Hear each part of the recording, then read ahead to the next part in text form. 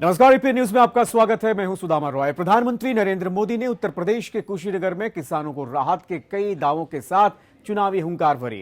उन्होंने कहा कि हमारी सरकार गांव, किसानों और वंचितों का कल्याण करने के लिए समर्पित है।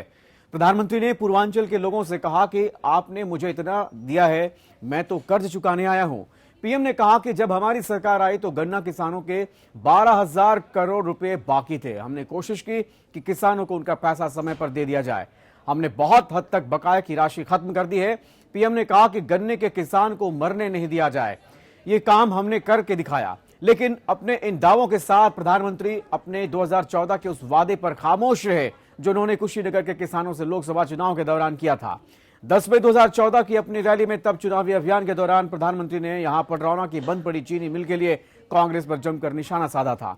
तब के स्थानीय सांसद और पूर्व केंद्रीय मंत्री आरपीएन सिंह को भी इसके लिए आड़े हाथों लिया था। उम्मीद थी कि प्रधानमंत्री के तौर पर मोदी आज बंद पड़ी मिल को लेकर कोई खास ऐलान करेंगे, लेकिन किसानों के लिए यह इंतजार ही बना रह गया अभी तक।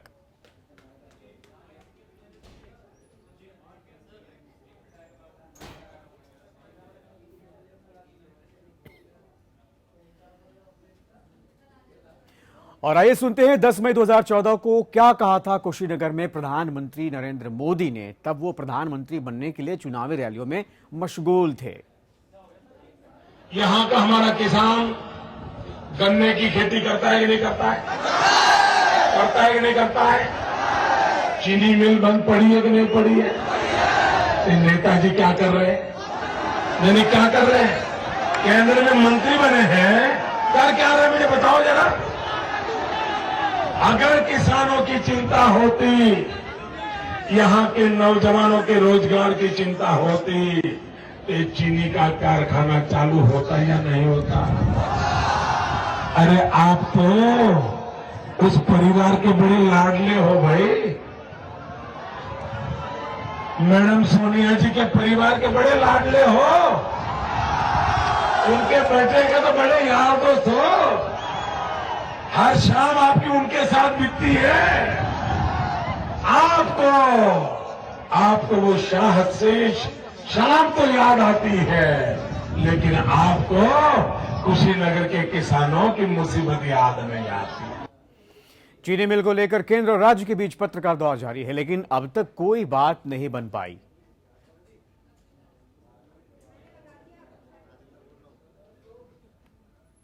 तो बंद पड़े पडरौना चीनी मिल को लेकर केंद्र और राज्य के बीच लगातार पत्राचार किया जा रहा है, लेकिन अब तक इस पर कोई फौरी तौर पर या फिर अंतिम तौर पर बात नहीं बन पाई। आपको बता दें कि बंद पड़े पडरौना चीनी मिल पर 2014 में खूब सियासत हुई थी, जब प्रधानमंत्री बनने की रेस में नरेंद्र मोदी चुनावी रैलियों में मशगूल थे। तब कुशीनगर के इसी जगह पर उन्होंने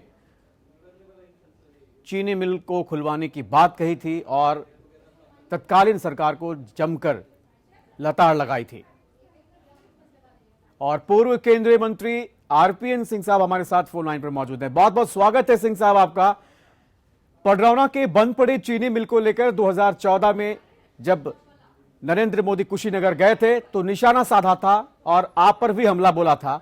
आज उसी धरती पर एक बार फिर प्रधानमंत्री नरेंद्र मोदी है, लेकिन पडरौना चीनी मिल पर वो पूरी तरह से उन्होंने चुप्पी साध ली, कुछ नहीं कहा। क्या कहेंगे आप? अफसोस की बात है, प्रधानमंत्री बनकर भी अगर गलत बातें और गलत बयान देते हैं, देश का क्या हाल होगा। यहीं कुशीनगर में आए थे 2014 में। देश से उन्होंने वादा किया था कि अगर हमारा सांसद जीतेगा और मैं प्रधानमंत्री बनूंगा तो 100 दिनों में चीनी फैक्ट्री चला दूंगा। चीनी फैक्ट्री तो छोड़िए, जो परियोजना मैंने, जब मैं यहाँ से सांसद था, जो परियोजना मैंने यहाँ लागू की, उसके लिए स्वीकृति केंद्र सरकार ने दी थी, उस पर भी उन्होंने चर्चा नहीं की। श्रेय भले प्रधानमंत्री जी ले लेते, पर कम से कम पूर्वांचल की बात करते हैं तो पूर्वांचल की विकास में कितनी उनकी भागीदारी रही है। भाषण देना बहुत अच्छी चीज है, वादे करने भी अच्छी चीजें हैं, कोई वादा पूरा नहीं करते हैं। उन्होंने इथेनॉल की बात की, उन्होंने गंडक की बात करी। यहाँ पूर्वांचल के लोगों को बता देते कि गंडक किसने बनाई। मनरेगा की उन्होंने बात की, मनरेगा से आप लोग नहर की सफाई करिए। मनरेगा को तो ये बोलते थे सबसे अभिशाप इस देश के लिए है, और आज नगर में आके मनरेगा की बात करते हैं और जिसके लिए पैसा तक उन्होंने उत्तर प्रदेश में नहीं भेजा है। जी बड़े अफसोस की बात है कि सिर्फ दूसरों को चोर बताते हैं, अपने को बहुत ईमानदार बनते हैं, तो ईमानदारी से अपने वादों को तो पूरा कर देते। जी। और कम से कम चीनी फैक्ट्री की इन्होंने जनता के सामने वादा किया। जी आरपीएन सिंह साहब, ये सही है कि प्रधानमंत्री नरेंद्र मोदी ने उस वक्त जब वो प्रधानमंत्री बनने की रेस में शामिल थे, चुनाव प्रचार के दरमियान वादा जरूर किया था। आज वो खुद प्रधानमंत्री हैं लेकिन वो वादा पूरा नहीं कर पा रहे। आपकी सरकार ने भी वादा किया था, वो भी पूरा नहीं हुआ था और शायद इसीलिए उन्होंने आड़े हाथों लिया था। जरा बताएंगे हमारे दर्शकों को कि पडरौना बंद पड़े पडरौना चीनी मिल को खुलवाने में क्या तकनीकी पेचीदगियां हैं, क्या समस्याएं हैं? क्या पडरौना चीनी मिल कभी खुल सकता है? वहां के लोग कल्पना कर सकते हैं?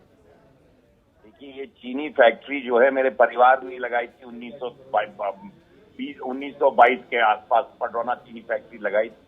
उसके बाद इस सरकार जब ये फैक्ट्री हम लोग के परिवार ने इसको बेच दी थी, तो यहाँ की यूपी कॉर्पोरेशन ने इसको खरीद के उसके बाद टेक्सटाइल मिनिस्ट्री के साथ इसको अटैच कर दिया। जी हाल तक हमने टेक्सटाइल मिनिस्ट्री से ये फैक्ट्री 2-3 इलेक्शन के जस्ट 2-3 पहले साल बंद हो गई, कि जो मिल मालिक इसको चला रहा था उसको घाटा हुआ, उसने बंद कर दिया। जी उसके लिए हमने प्रयास किया और मिल मालिकों को लाने की कोशिश की, तमाम लोगों से बातचीत करी, पर अगर व्यापारी फैक्ट्री चलाने नहीं आएगा, मैं इसके लिए जेल जा चुका हूं, 1 हफ्ते जेल तक रहा हूं इस फैक्ट्री को चलाने के लिए।